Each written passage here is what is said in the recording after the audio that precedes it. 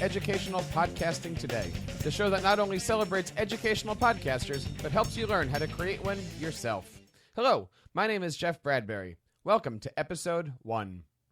I'm excited that you've decided to listen to the show today. This is the first episode of what will become a library of audio, video, and written content designed to help you create podcasts and design an awesome website for them using WordPress. There's several great ways to learn more about our show. All of our shows for this series will be distributed on iTunes, Stitcher, and on your favorite podcasting app as an audio podcast. Additionally, I've decided to release all of our interviews on YouTube as shorter segments for you to watch at your home or classroom. In addition to this podcast, I will be writing blog posts on the topics of podcasting and WordPress development to help you craft your show exactly the way you want it. And we'll also be releasing screencasts and product demonstrations of my favorite podcasting and WordPress tips and tricks. One of my goals and missions for this show is to feature educational podcasters and educational podcasting. If you are an established podcaster and have a show of your own, please feel free to contact me on Twitter @TeacherCast or by leaving a voicemail at www.teachercast.net/voicemail. I would love to have you on the show to feature your podcast and share your personal tips and tricks about podcasting. If you're new to podcasting and have questions about how to get your own show set up, I would love to hear from you as well. The best way to contact the show is by emailing feedback@teachercast.net. I can't wait to help you out and share your podcasts on the show. This week's featured podcast is a relatively new show to educational podcasting scene created by an educator from New York called Learning Lab Radio. Each week, host Jasper Fox Sr. puts out a very cleanly produced show, generally around 10 to 15 minutes long, featuring interviews with educators across the country. I've been able to witness firsthand the development of Jasper Fox Sr. as a podcaster and as a podcast producer, and I must say his shows have become top-notch. Check out his show on iTunes today or visit www.learninglabradio.com for more information about his show. Our interview segment this week revolves around a very special day for podcasters happening on September 20th, 2015. I was thrilled to meet and have on the show David and Steve Lee from NetCast Studios to share their love of podcasting and talk about International Podcasting Day. Last year on National Podcasting Day, podcast creators and listeners celebrated the art and craft of podcasting. This year, I am definitely going to be celebrating International Podcasting Day with my students and my PLN. Also, during the interview, we discuss ways that you, as a classroom teacher, can podcast not only for little money, but absolutely for free. I would like to thank David and Steve for joining me on the program. Here's my interview with the guys from NetCast Studios. My first guests today are David Lee and Steve Lee from International Podcast Day. Dave and Steve, welcome to the show. How are you today? Doing well, Jeffrey. Thanks for the invite. Appreciate it. Doing wonderful, and this is going to be so much fun. I really appreciate the offer to come on. Well, thank you so much for coming on the show today. I'm really excited to learn so much about International Podcast Day. It's coming up this year on September 30th, isn't it? Yep, International Podcast Day is an annual event. We held our first podcast day last year, 2014, so we're already in the planning stages for this next coming year. And International Podcast Day was something that was sort of a brainchild of Steve. Steve and I have been podcasting since 2007. If you head over to netcaststudio.com, that is the network that Steve runs and that I co-host on, and we've been doing a tech show called The Waves of Tech since 2007. And one day, and Steve can elaborate on the story as well, he was driving around and heard a radio advertisement for, say, National Pancake Day or National, whatever that day is. And he goes, we need a day where internationally we can come together and celebrate all things podcasting. Celebrate it as a listener, celebrate it as a content creator, and that's exactly what Steve did. And so we formulated the idea. He's the founder, I'm the co-founder behind International Podcast Day, and it's a day dedicated just for that, for everybody to come together to celebrate all things podcasting, to promote shows, to provide ratings, to host different meetups nationwide and also internationally. And that's, like I said, we're in the planning stages for the second Podcast Day event. It's a fantastic cause, and we encourage everybody to check out internationalpodcastday.com. And what kind of things can I do as a podcaster for International Podcast Day? Really, the way we've kind of done it is kind of open structure, and it's really up to you. Although we have provided some idea and thought behind it, What we really looking for is people to be creative each year into how they're doing promotion and how they're discussing various issues and topics. But the real important thing is to really get out there to communities that have never heard of podcasting and get them involved. Yeah, it's interesting. I mean, on our internationalpodcastday.com, our website, we have a series of suggestions, but ultimately what we say is it's really up to you. We just want you, as a listener of a show, of a podcast or a show, to introduce someone new. We want to start the conversation is kind of our tagline in 2014. You can grab your mic and camera and ask somebody about what's their favorite podcast. You can share that response on your social media. We hosted a number of events last year. I know a number of our podcasting buddies held events, started new shows also on Podcast Day. We provide free banner images for the website to promote it. We had a number of our friends and colleagues change their social media images to support International Podcast Day. There's just really a host of different things that you can do. Subscribe to a new show, talk about it using hashtag Podcast Day. And, we also encourage, if you're not a podcaster, why don't you become a podcaster? So really, Jeff, we have left it open-ended as far as how do you want to celebrate it. We just ask that you build the Podcast Day community and make podcasting the focus. And that seems so easy to do. I mean, really, any day of the year can be podcasting day because it is so easy these days to listen to and to subscribe to some podcasts. I think it's fantastic right now that every single iOS device out there has the ability to listen and create podcasts. Let me ask you, what's your favorite podcast player out there on your phone? I'm using actually the iOS podcasting app. Yeah, I'm using the same thing. I'm using the native iOS podcasting app. It's what works for me. Mm-hmm. I have a Amazon Kindle Fire that I also have the Podcast Addict app, and I use it sparingly, but I do use it. But typically, I always have my iPhone with me in my pocket. So, but I've heard great positive things. We all of our shows and what we do is on Stitcher, and there's there's so many different apps out there, but I prefer the native podcast app. I notice for me, it's super user-friendly, and it's easily accessible. It's right on my phone. I completely agree with you. I mean, I love the fact that everything syncs up. It is so easy to subscribe to shows. I do all my subscribing on my computer, on iTunes, and then all I have to do is pick up my phone or my iPad, and everything is there. Everything downloads. Everything syncs. And if you're out there listening, all you have to do is just basically look at your phone. If you're running iOS 8, you have that podcasting app on there, don't you? Yeah, you do. And one of the things that I did as part of Podcast Day is that I would ask somebody, hey, what podcast are you listening to? They say, hey, what is a podcast? And I say, do you have a iPhone? Yeah, I sure do. Okay, let me. And they graciously give me their phone. I bring up the podcasting app. It's native, of course. It's easy to find and say, what are you interested in? Are you interested in soccer? Are you interested in some sort of sports? Is it comedy? Is it education? Is it news, politics, religion, science, culture, whatever it is? And I just search and I say, hey, if you're interested in this, subscribe. Boom. And it's really that easy. And I think that's what the beauty of podcasting. One of the things we try to encourage with Podcast Day is listening to podcasts is super easy.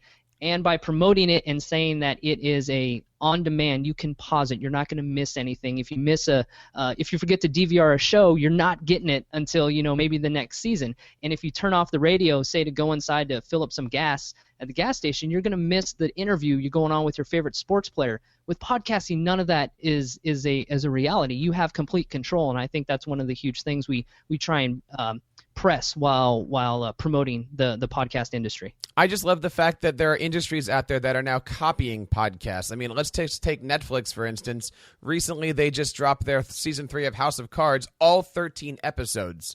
There's a lot of podcasters out there right now that are taking 5 or 6 or 7 shows and basically dumping them all at once. So you can binge watch a video podcast, or you can find a show that you want, and in a matter of a weekend, you can listen to 20 or 30 episodes. It is really, really easy to become a podcast listener.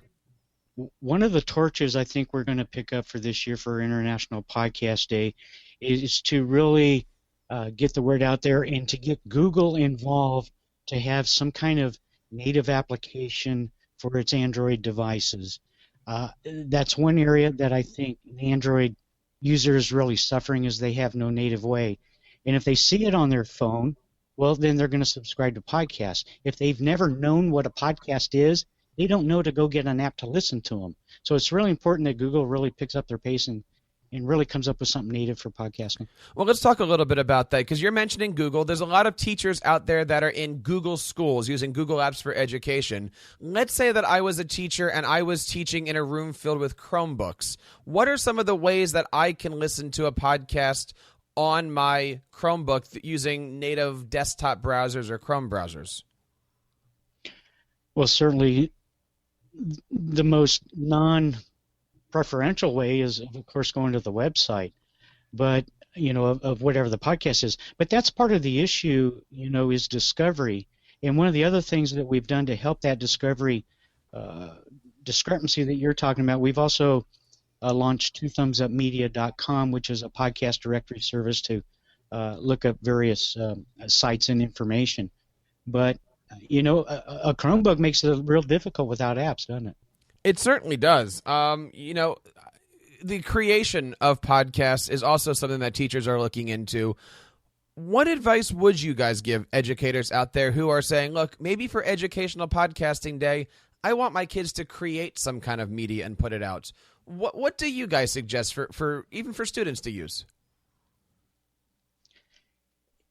What, in terms of the recording, in terms of getting it initialized? In terms of recording. It's a good question, because they can do it from such a basic level. Although with Chromebook, it might be a little difficult.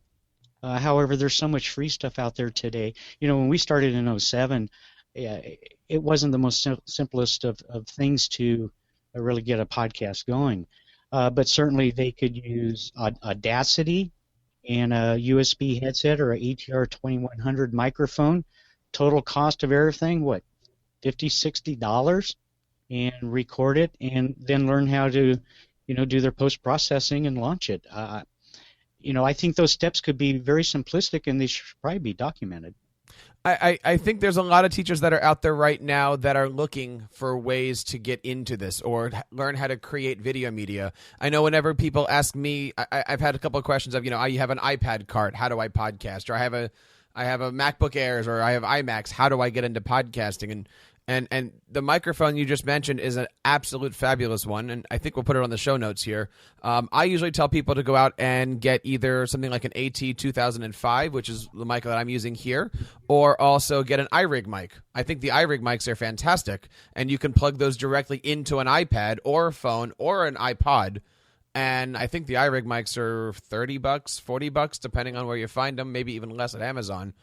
But you can easily get it. For my mobile setup, I use my iPhone with the camera connection kit with the ATR 2100 plugged into it, and then use, what's the iOS app that records? BossJock? Yeah, BossJock. BossJock is fantastic. Yeah, I think the big thing, if you're going to start podcasting, I remember Steve and I used to have an old headset. It was a Microsoft brand. I can't even remember what the name of it was, and it was USB right to here, and it worked.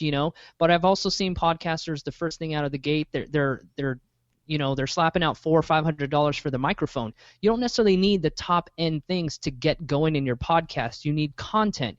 You need a creative spirit. You need to be comfortable behind the mic, and you have to be comfortable enough with yourself to get behind there. And as long as you have the equipment, like you have the mic and you have the recording programs in order, and you've done your homework in building your website and different things like that, I think that's what you need to get started, is just that basic entry-level podcasting kit to kind of spring-load you into, okay, now that I have the systems in place, how do I work on developing the content? How much prep do I need to put in? How much post-show editing do I need to do? So just on the surface, I think a lot of us can get started really early, but in order to improve that over time, that's obviously going to take a little bit more time, a little bit more resource, some dedication, absolutely working with you, Jeff, to get the insights on how to build the website properly. A variety of things like that are like the infrastructure background related things that all podcasters need, but that going into it you don't necessarily think you need up front, but you do. So in order to keep it going too, I mean, we've been podcasting since 2007, and it's hard to maintain. We've been doing it for 8 years, but every week there's something new to talk about in tech for us. In every week there's something new to talk about podcasting. And I'm sure it's the same way with education, because on our tech show, about, I don't know, every fifth or sixth show, we're talking about something educationally related with technology. So with that dynamic industry, I know that there's going to be topics out there in the educational in ed tech that are going to need to be talked about. And I think it's a perfect avenue that you're going down here. And that's absolutely why we started the show here. You know, there's a lot of people that are saying, well, where do I find these things? How do I find these things?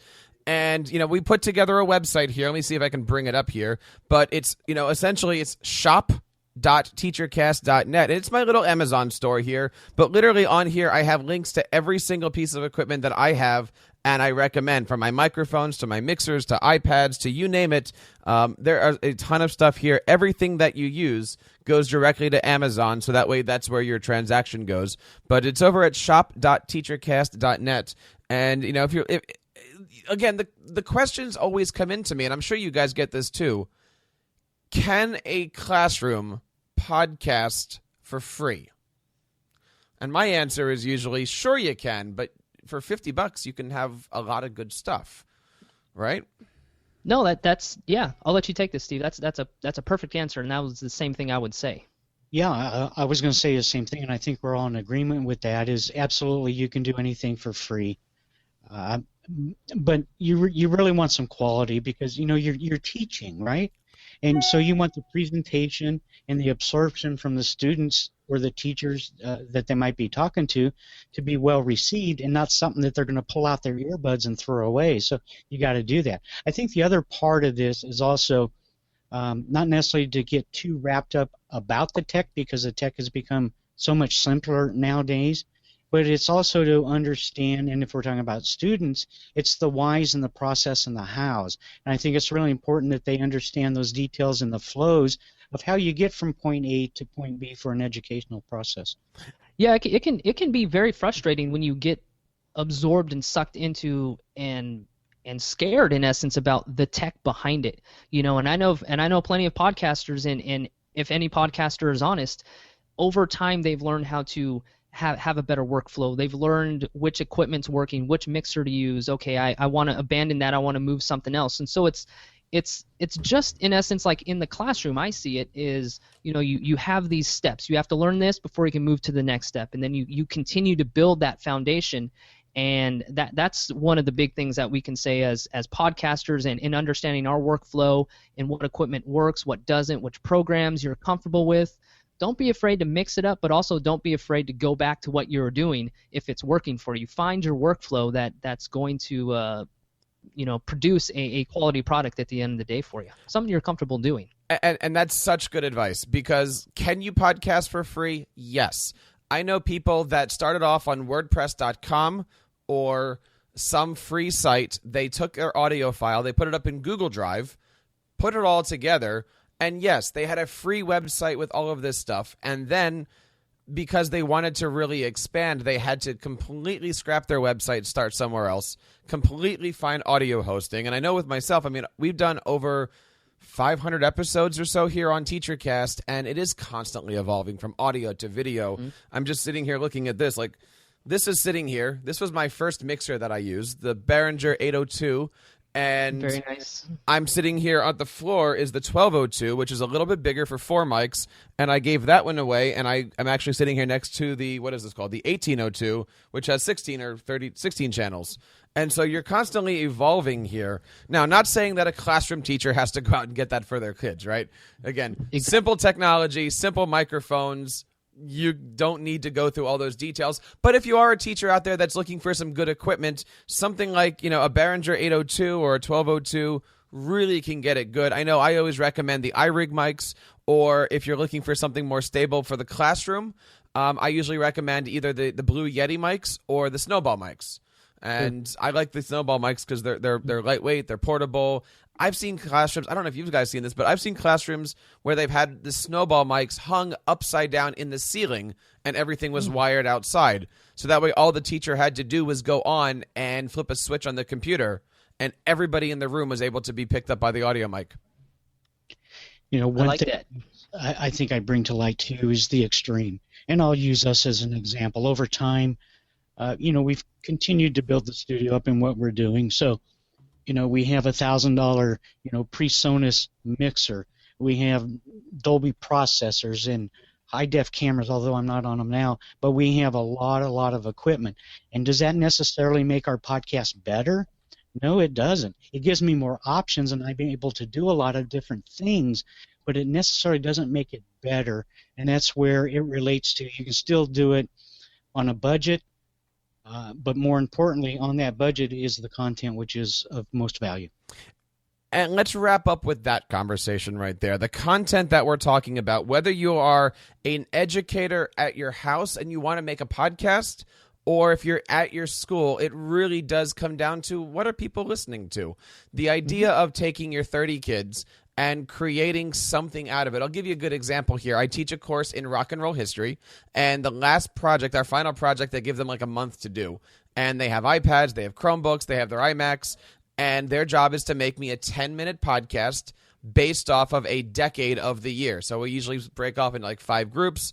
We have 50s, 60s, 70s, 80s, 90s, and then, today's music. Every group gets a decade. And that's the only directions that I give them. They need to make a 10-minute podcast of, the sports, the music, the news, the politics, the athletic, everything that goes on. Mm-hmm. And I just let them have all the free reign to create some amazing content. And these kids come out and they produce really good stuff. Now, I help them learn about audio, and we learn about editing and GarageBand and stuff. But when you give the kids the freedom to do amazing things come out of the kids. That's true. And I can relate to that as a podcaster, whether I'm about to turn 34 years old, unless we're talking about a school kid. When you have that passion, when you're intrigued and you're interested in what you're talking about, whether it's the 80s, 90s, now, whatever genre of music it is, for us it's all about tech. We talk about tech every week on our show. And as we begin to launch the International Podcast Day, we're going to be talking about podcasting every week as well. So that passion is inside of you. It's about portraying that. It's about being comfortable. It's about being prepared. It's about knowing your audience and engaging with that audience. And it sounds like with what you've experienced with your kids, that is, in essence, contagious. It's contagious for me just sitting here listening to how powerful of a story that is. And I think educators and teachers can also pull, my girlfriend is a 5th grade teacher. I know she's inspired daily by her kids from their achievements and what they've been able to accomplish year after year, and to see them, now in high school and junior high and things like that. That's inspirational, and I get a lot of good feeling from that. And so I think us as podcasters can learn a lot looking outside. When you see a 10, 12, 14-year-old boy or girl doing podcasting and really enjoying it, embracing it, that's a good sign of good things to come for not only the educational system but also podcasting as a whole. We go through an entire semester together with this course, and at the end of the year I spring this podcasting thing on them, and immediately they go, oh, that's a lot of work. But there's something that happens to these kids during that process. They start to smile, and then they start to have fun, and then they start to enjoy themselves. And then they start to edit music, which is different. That's where the hard part comes back in. Mm-hmm. But the actual act of trying things out and doing a skit and doing a voiceover and having fun and being able to take the iPads out in the hallway and do silly things with them to create this content, you're right. That's your word. It's contagious. The kids have a good time and they feed off of each other. And then because it's so easy to share music and share videos and put it up on Google Drive and stuff, to share with them what the previous class did and say, look, I want you to go one better. Technology has improved, so you guys can make a better project than this. Mm-hmm. And it's pretty amazing. It really, really is. And if you're an educator out there and if you're making a podcast, absolutely, just go for it. Reach out to us if you need to over here on the TeacherCast Network. You can find me at feedback@teachercast.net or out on Twitter @TeacherCast. I'd love to help you. I'd love to be able to share some of these great tips and tricks with you guys. Before I let you go, I have a website here that I'm pulling up here that I really want to have you guys talk to me about. I believe it's called NetCast Studio. Could you guys talk to us a little bit about what this is? Wow. I wasn't expecting this, but thank you very much. When Dave and I first began, and was also with one of my other sons, we just had a website, Waves of Tech, and we only had one show. And as we became more and more popular, I was being approached by a lot of different podcasters. How can I get involved with what you guys are doing? So we started developing this network, and now we have approximately 10 total shows, and we have a lot of fun through tech, history, sports, women's issues, all kinds of things. Please check it out, netcaststudio.com. Thank you for bringing that up. And let's say that somebody was in their car tomorrow and they were driving and they were looking for a great NetCast Studio podcast. Where would you suggest them find it? Well, there's many, many, many ways. Certainly, number one, if you're on Android or iOS, you can download our app. It's called NetCast Studio. Otherwise, you can certainly use the embedded podcast app on the iOS device and just search for NetCast Studio or search for any of our independent shows, Ways of Tech, Busy Ladies, Tech of Sports, and on and on and on.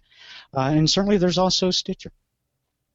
What do you guys think of Stitcher? I'm just curious. As a podcaster or as a content producer, are there a lot of people that are on Stitcher these days? I get some stats from Stitcher. They're not the greatest over at Stitcher. For me, I don't use it, but I attempt to have our shows wherever they can be. Mm-hmm. My only thing that I just don't like is they lower the bit quality of your podcast, and they just don't sound as good. But they do I think for purposes. Yeah, I think from a podcaster, from a content creator, you hear a lot of that. Okay, they've messed with the audio, they've lowered the bit rate, they've done some of these things, so it's not truly the product that you want to present. But from a consumer standpoint, I know Stitcher is off the charts. People use it because, as we talked about on one of our most recent podcasts, 42% of the smartphone industry has Android-based operating systems. So there's potentially 53% of podcast listeners that are using something like Pocket Cast or Overcast or Stitcher as their platform to get it. So it's a medium in which you can garnish a lot of stats and a lot of listeners, and you can get more exposure. But I know on the content producer side, we're a bit hesitant. We're not necessarily always pleased with the product at the end of the rainbow, per se. So again, I don't use it because I use the native podcasting app on iOS, but I do know several people that utilize Stitcher as a means of subscribing and searching for podcasts. So I think it's that middle ground. It's good for consumers. It's decent for the podcast producers, with those few exceptions that I mentioned. If there was one platform, let's say you are a teacher and you maybe were running the media club or you were in charge of creating the podcast for your high school, and iTunes is not going to be one of your answers. What's the one place that you could try to publish that was easy, that was safe, that was that good introduction? And again, you can't use iTunes. I'm going to take the obvious one out of the equation. Well, first of all, I think what you're doing should get together with if you have computer science courses at your high school and have them create an app for your podcast that you're developing. I think that might be a lot kind of cool and integrate the tool. Probably the easiest, I guess it depends where you're hosting your media. If you're using Libsyn or Blueberry, whatever, you can just upload it and use their feed and their post if you like. Sounds pretty easy. If you are out there listening and you're an educator, definitely check them out. I want to bring up your website one more time here. Sorry, that's my website. internationalpodcastday.com. September 30th. If you're an educator out there, please take a moment and do something special on that day. Listen to a podcast. Introduce your podcast. One more time, guys, where can we find more information out on social media about International Podcast Day? You can find our Facebook page. Just search for International Podcast Day. You can also find we're on Google Plus. You can add us there, and also on Twitter. It is INTL Podcast Day. INTL Podcast Day. And don't forget, if you're talking to us or if you want to have a conversation, you can always tag us. I'm managing that site, so I'm very active. I'm always on there. But also, don't forget to use hashtag Podcast Day. That is this last year I didn't mention, but for 14 hours we were trending on Twitter using that hashtag Podcast Day and hashtag International Podcast Day. So if you're going to conversate with us, make sure you tag us. Love to see that, and also use that hashtag. Dave, Steve, thank you so much for coming on, and good luck with International Podcasting Day. I know I'm going to be excited about it, and I know I'm going to be helping out. And if you're out there listening, you guys can too. We'll be right back from our new show, educationalpodcasting.today. Once again, I'd like to take a moment to thank David and Steve for coming on, and please take a moment to visit them on netcaststudios.com and follow them on INTL Podcast Day on Twitter. Next week, we have another great episode for you, and we look forward to having you back with us for our second podcasting episode. We had the privilege of sitting down with Steve Stewart, the new editor of the amazing Pottertainment magazine. Join Steve and me next week as we discuss podcasting on Windows machines using the free application Audacity. Lastly, I'd like to remind you to contact me if you're a podcaster and would like to be featured on our program, or perhaps you're new to podcasting and have some questions about podcasting or setting up your WordPress website. Don't forget, the Tech Educator Podcast broadcasts live each and every week on TeacherCast TV at 7 p.m. Eastern, 4 p.m. Pacific, and all of our podcasts on the show can be found on teachercast.net. There's, of course, many ways that you can connect with us here over at TeacherCast. You can leave a voicemail at teachercast.net/voicemail, email us at feedback@teachercast.net, find us on Twitter at TeacherCast, and, of course, subscribe to our many audio and video channels over at teachercast.net/iTunes and teachercast.net/YouTube. Thank you for allowing TeacherCast to be a part of your professional development network, and I hope that you take a moment to share TeacherCast with your PLN. My name is Jeff Bradbury. Thank you so much for taking the time to make TeacherCast your home for your professional development. Until next time, keep up the great work in your classrooms and continue sharing your passions with your students. National Podcast Day is September 30th. But what is National Podcast Day? It's pretty simple, and you can help spread the word. National Podcast Day is dedicated to promoting podcasting worldwide through public engagement. You may be asking, what can I do to get involved with National Podcast Day? It's easy. Head over to nationalpodcastday.com and check the suggestions. But ultimately, these options are endless. Remember, September 30th, nationalpodcastday.com, and let's start the conversation.